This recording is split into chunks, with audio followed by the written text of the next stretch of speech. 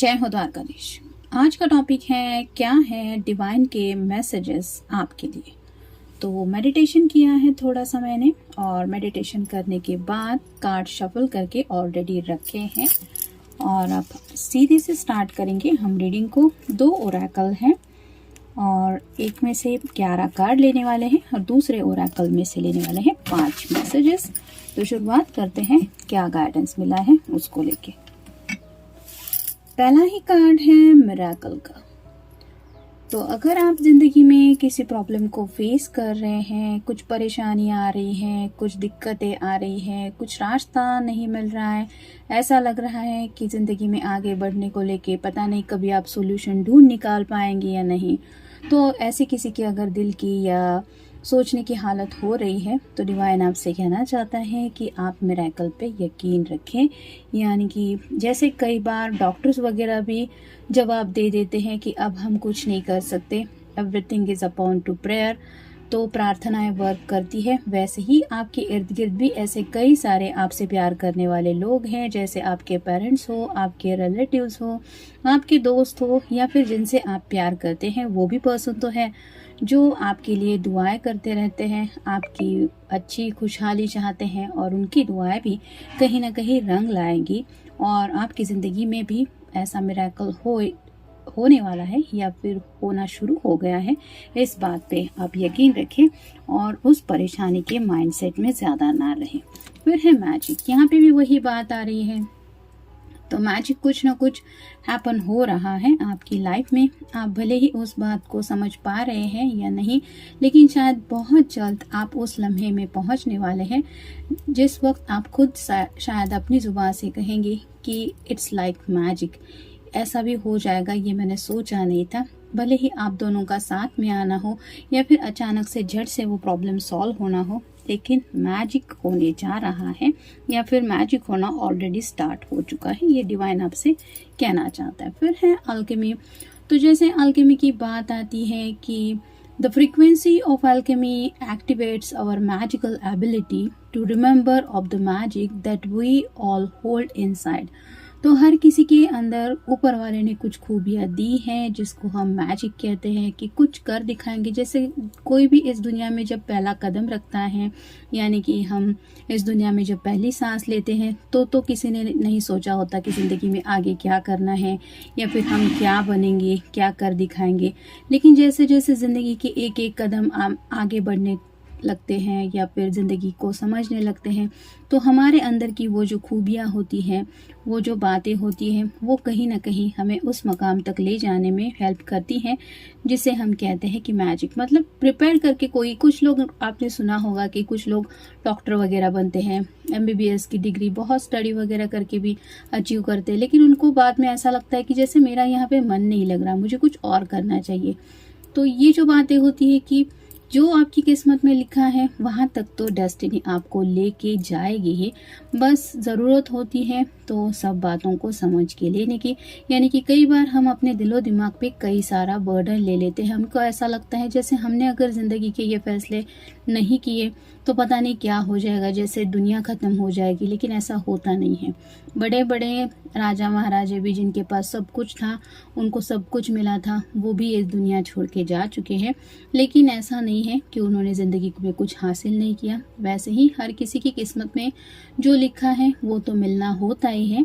लेकिन जैसे बात आती है मैजिक की, तो कुछ लोग ऐसे भी हैं जिन्होंने शायद खुद के लिए इतना कुछ अच्छा नहीं सोचा था, लेकिन उनकी ज़िंदगी में जैसे कहीं से भी कुछ पैसे आ जाना या फिर अच्छे लाइफ पार्टनर को पा लेना, ऐसी बातें हो जाती है जिनकी वजह से ज़िंदगी संवर जाती है और उनको एहसास होता है कि शादी से पहले की जो ज़िंदगी थी वो बहुत अलग थी और शादी के बाद इट्स लाइक मैजिक। तो यहाँ पे यही बातें डिवाइन शायद आपसे कहना चाहता है। फिर है each of us has the potential to access the ancient knowledge that allow us the true alchemist to perform the miracle and transmission. तो यहाँ पे भी वही बात आ रही है, हर किसी के अंदर वो खूबियाँ हैं बात की गहराइयों को समझने की। तो यहाँ पे भी आपको समझ के लेना है, हर एक बात को अपने दिल पे नहीं लेना है। फिर है synergy. The frequency of synergy supports our allowance to acceptance of non so obvious never seen before. combinations and unions that results in new ways of functioning, working, thinking, relating, loving, and being. It reminds us to embrace the unfamiliar so that new yet exciting concentrations can give birth to a new reality. तो जैसे यहाँ पे synergy की बात आ रही है कि कुछ बातों को हम यकीन करते हैं, कुछ बातें हमने ज़िंदगी में पहले कभी नहीं देखी होती।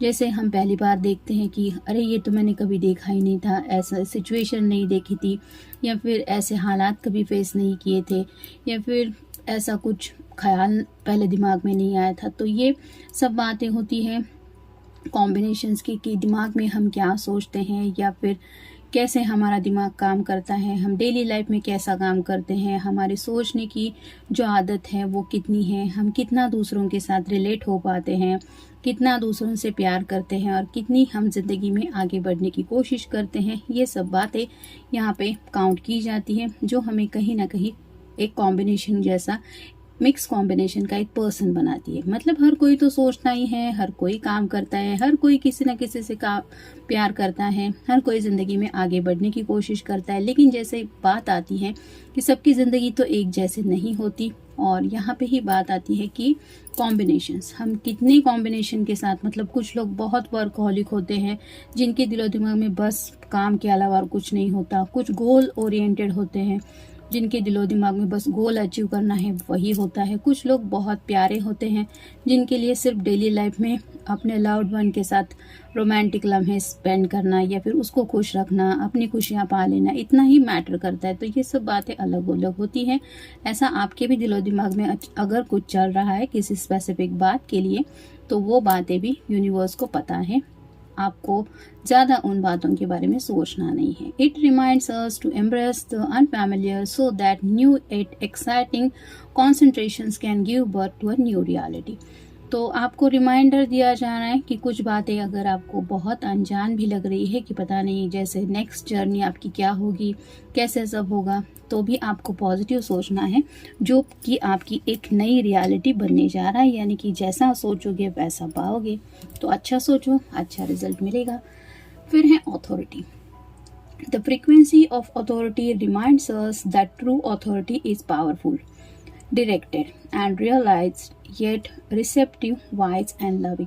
तो यहाँ पे अथॉरिटी को लेके कहीं ना कहीं शायद आप घर के किसी मेंबर के में भी डिसीजन के लिए रुके हैं, क्योंकि हमें पता होता है जिसके हाथ में भी ये अथॉरिटी पावर होती है वो इंसान पावरफुल होता है, डायरेक्टेड होता है, यानी कि उसको पता है ज़िंदगी में क्या सही है क्या गलत है, उसने काफ़ी ज़्यादा दुनिया देखी हुई होती है, साथ ही साथ उसको एहसास भी होता है अच्छे नॉलेज का, यानी कि सही फैसला लेने की उसकी मेंटालिटी बन गई होती है, क्योंकि तजुर्बा इतना पा लिया होता है ज़िंदगी में।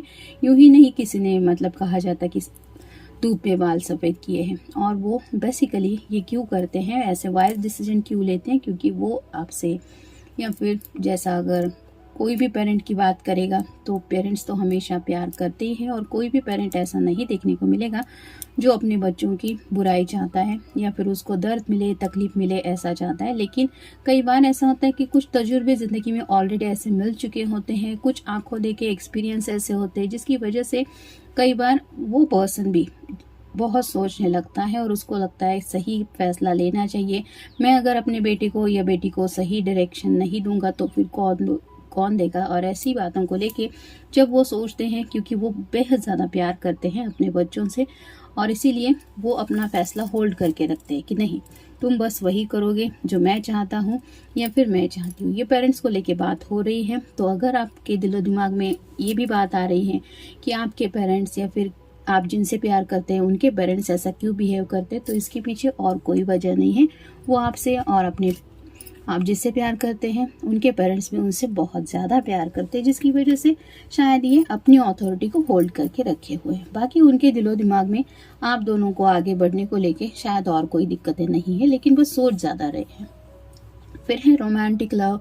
The frequency of romantic love supports our journey to feel whole and complete through the experience with and reflection of conscious lover.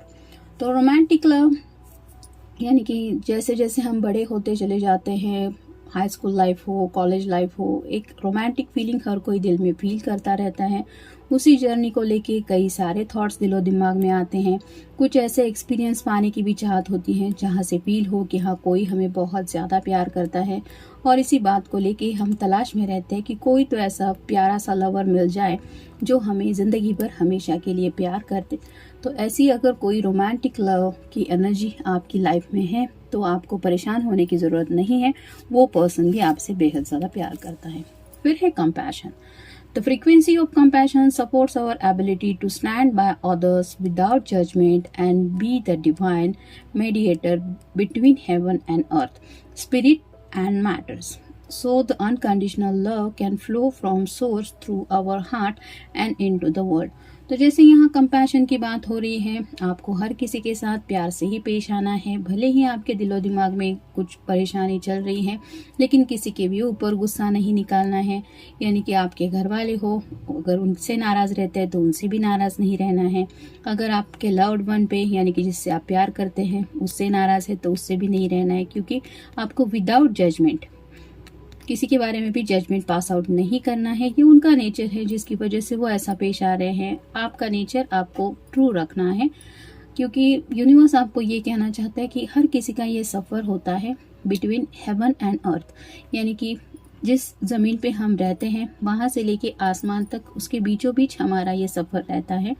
और ये जो सफ़र है वो डिवाइन की गाइडेंस में ही होता है हर किसी की ज़िंदगी में। जैसे मान लीजिए रात को लाखों चांद तारे देखने की कोशिश करते हैं, लेकिन हर कोई रोज़ उस मकाम तक नहीं पहुंच पाता कि हाँ याद से मैंने आज चांद को देखा या फिर मुझे टूटता हुआ तारा दिखा। तो ये भले ही कोई डिसाइड करे, लेकिन वो अपने रूल्स फॉलो करता ही है, ऐसा नहीं। और छोटी छोटी खुशियों को भी कई बार हम नज़रअंदाज कर देते हैं गुस्से की वजह से। तो आपको कंपैशन को ध्यान में रखना है, यानी कि काइंडनेस ये आपका नेचर है, ये आपको भूलना नहीं है। फिर है नेक्स्ट है tantric journey. The frequency of tantric journey help us to unlock the hidden knowledge and wisdom that we instinctually hold about how to reach a state of wholeness and completion through our sensual experiences with ourselves and with others. तो जैसे तांत्रिक journey की बात हो रही है, आपके दिल में भी काफ़ी ज़्यादा जज्बात है, ख्याल है, लेकिन जिसके साथ आपकी ये जर्नी यूनिवर्स ने या फिर डिवाइन ने डिसाइड की है, उसी के साथ आपकी ये जर्नी कंटिन्यू होने वाली है, और उसी के साथ आप वो सब सेंशुअल एक्सपीरियंसेस फील भी करेंगे और आपको मिलेंगे भी। तो ये जो जर्नी है, इसके बारे में भले ही आप सोच रहे हैं, लेकिन इस बात के ऊपर भी यकीन रखना है कि डिवाइन के अंडर ये सब बातें आती है। मतलब किस्मत में जो लिखा है वो मिलेगा, और आपको अच्छा सोचना है। फिर है empowerment. The frequency of empowerment supports our ability to show up fully and completely, uniting us with others in the deep trust that we all are connected through the same sources.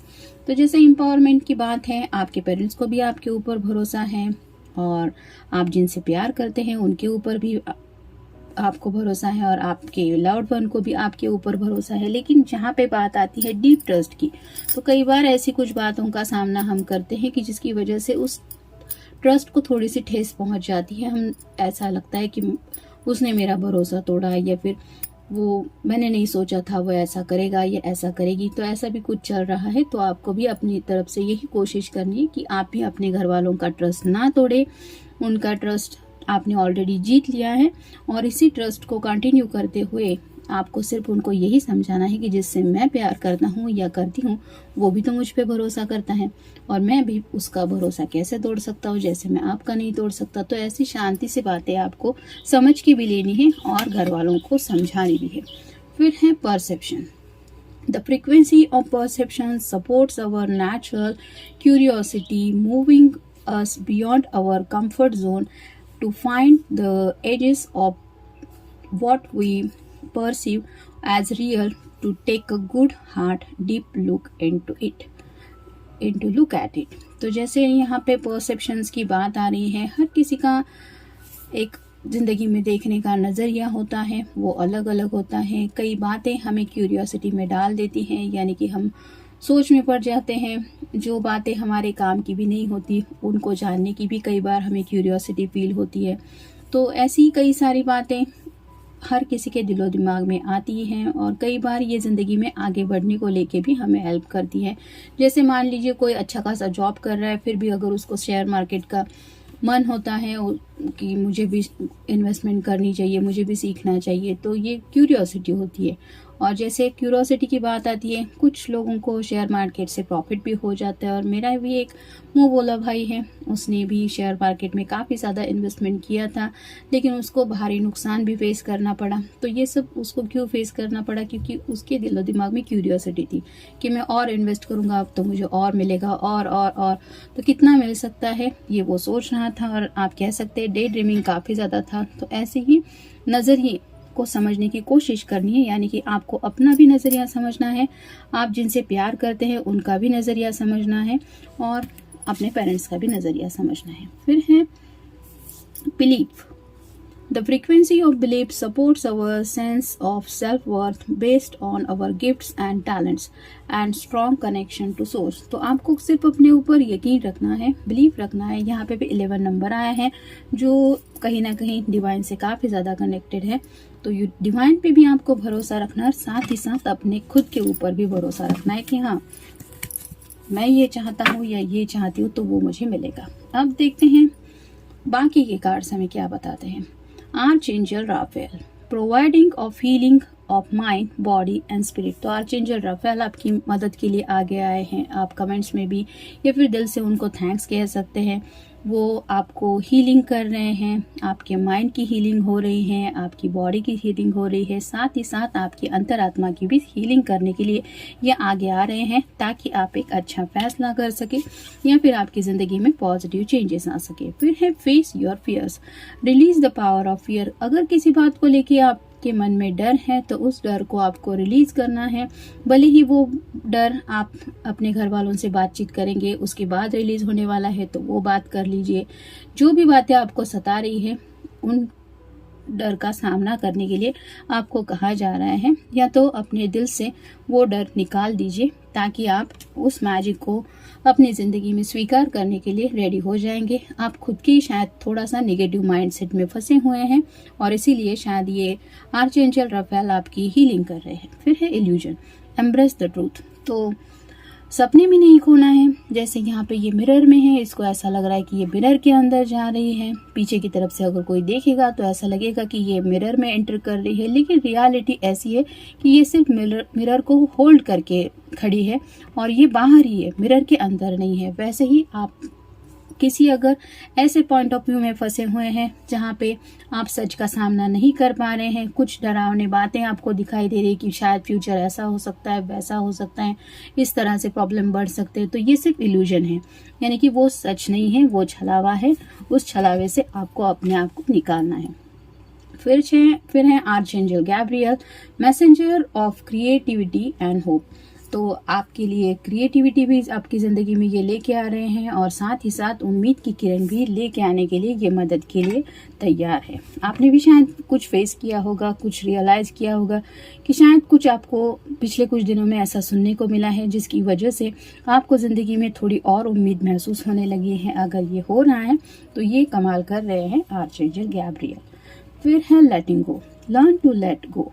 तो control issues आपको नहीं करना है, हर कुछ मेरे मुताबिक होना चाहिए, मैं चाहता हूँ वैसा होना चाहिए, उस वक्त होना चाहिए। मानते हैं कि कई बार हमें ज़िंदगी में कुछ फैसले उसी वक्त लेने पड़ते हैं और ज़रूरी भी लगता है कि उनका रिजल्ट हमें उसी वक्त मिल जाए, लेकिन कंट्रोल हमें नहीं, हम हर बात के ऊपर कंट्रोल नहीं कर सकते, यानी कि each and everything not in our control, ये बात ध्यान में रखनी है। और ऐसे ही बातों को लेट गो करना है। मतलब मान लीजिए किसी का आज सुबह अगर किसी के साथ झगड़ा हुआ है कि नहीं तुम्हें इसी लड़की के साथ शादी करनी पड़ेगी या इसी लड़के के साथ शादी करनी पड़ेगी, तो उसके ऊपर बहस करने से तो बेहतर है कि चलो आज की ये बात उनको कहनी थी, उन्होंने कह दी, मैंने सुन ली और दिमाग से निकाल भी दी, तो लेट गो कर दिया। कल परसों क्या होगा वो देखा जाएगा। यानी कि आप अपने पूरे होशो हवस में तो है, जबरदस्ती तो किसी के साथ शादी नहीं होने वाली है, लेकिन अगर उसी बात को लेके आप दिन भर सोचते रहेंगे, फिर परेशान होंगे, फिर वो निगेटिविटी आपके इर्द गिर्द रहेगी और आपको जिंदगी काफी ज्यादा निगेटिव लगने लगेगी। तो ऐसा नहीं करना है। बस यही थे डिवाइन के मैसेजेस आपके लिए। आई होप आपको पसंद आए होंगे। अगर सच्चे दिल से इसमें से कोई भी मैसेज आपसे कनेक्ट करता है तो कमेंट्स में आप कह सकते हैं थैंक यू डिवाइन, ये आपके ऊपर है।